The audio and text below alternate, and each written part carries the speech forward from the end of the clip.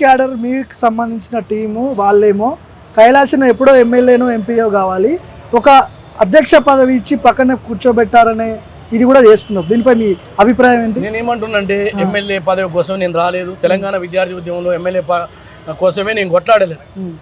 4 కోట్ల మంది తెలంగాణ ప్రజలు ఏదైతే కన్నీళ్లతోటి నీళ్లు లేక, నిధులు లేక, నియామకాలు లేక, ఆకలి కేకలతో 60 సంవత్సరాల పీడన నుంచి నా సోనియా గాంధీ, నా తల్లి తెలంగాణ రాష్ట్రం ఇచ్చింది. ఆమె నాయకత్వంలో ఈ రాష్ట్రాన్ని అభివృద్ధి చేయాలి. మరి దేనికి కడుక్కొని తినడానికి కాదు, ఆమోదులు కట్టుకుంటానికి కాదు, గడిల నిర్మాణం కోసం కాదు, కుటుంబాలకు పదవులు కాదు, లేదా మాకే ఉద్యోగాలు వస్తే రాష్ట్రం మొత్తం వచ్చినని భావన గతంలో పరిపాలించిన వాళ్ళు, లేకపోతే ప్రజలు బాధపడితే పామోదులు వండుకోవడం కాదు. తెలంగాణ ప్రజల యొక్క కన్నీళ్లు దూర్చేటువంటి ప్రభుత్వం ఇవాళ కొనసాగుతుంది.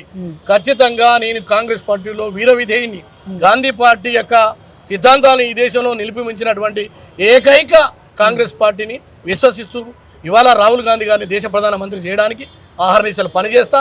ఈ రాష్ట్రంలో కాంగ్రెస్ పార్టీని తిరిగి అధికారంలోకి తెచ్చిందాక అప్పటిదాకా విశ్రమించాలని ఈ సందర్భంగా మనం